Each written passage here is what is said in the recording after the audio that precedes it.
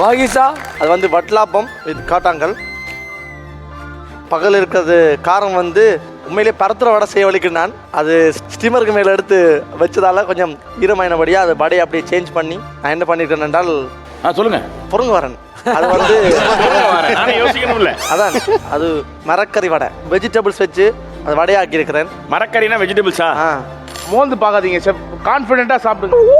பயவுள்ள ஒரு பேச்சு சொன்னா உடனே செக்அப் பண்ணி பாக்குறேன். பண்ணி தொலைச்ச வாடா வாடா ஒரு வாய் சாப்பிடு.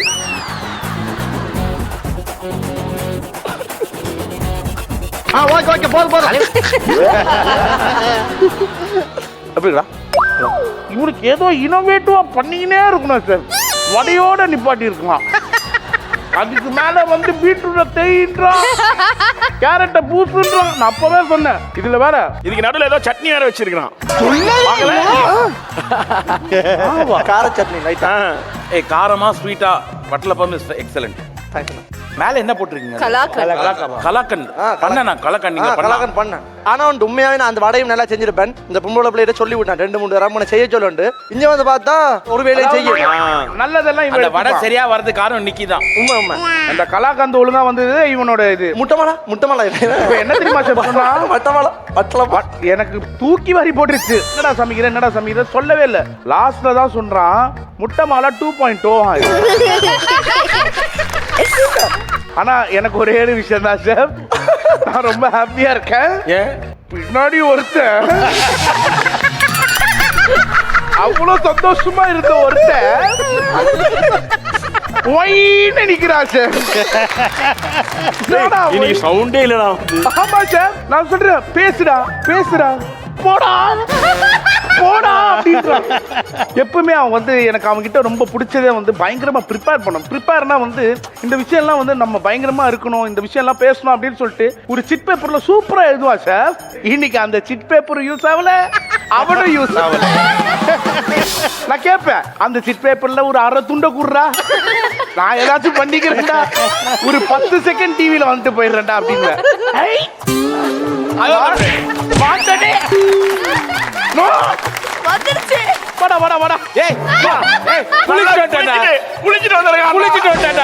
கேரவன்ல இருந்து இறங்கும்போது இன்னைக்கு அங்க இருந்து இப்படி வர சப்பானி மாதிரி வராது. முடியல நல்லா அந்த பாகு இருக்குல்ல செஃப், அதுக்கப்புறம் சாய் செஃப் வந்தாரு. வந்துட்டு பார்த்தாரு பாகு கரெக்டா வந்துருச்சான்னு கேட்டாரு. சாய் செஃப்லாம் இல்ல நீங்க பண்ணிருங்க போனாரு. பாகு வந்துருச்சு அவருக்கு தெரியல. அப்படியா? ஓகே ஓகே பாகு வந்த மாதிரி எங்க ஆளு போட்டு கொடுக்குறேன். நான் சொல்லிக்கிறேன் பேசுறேன்.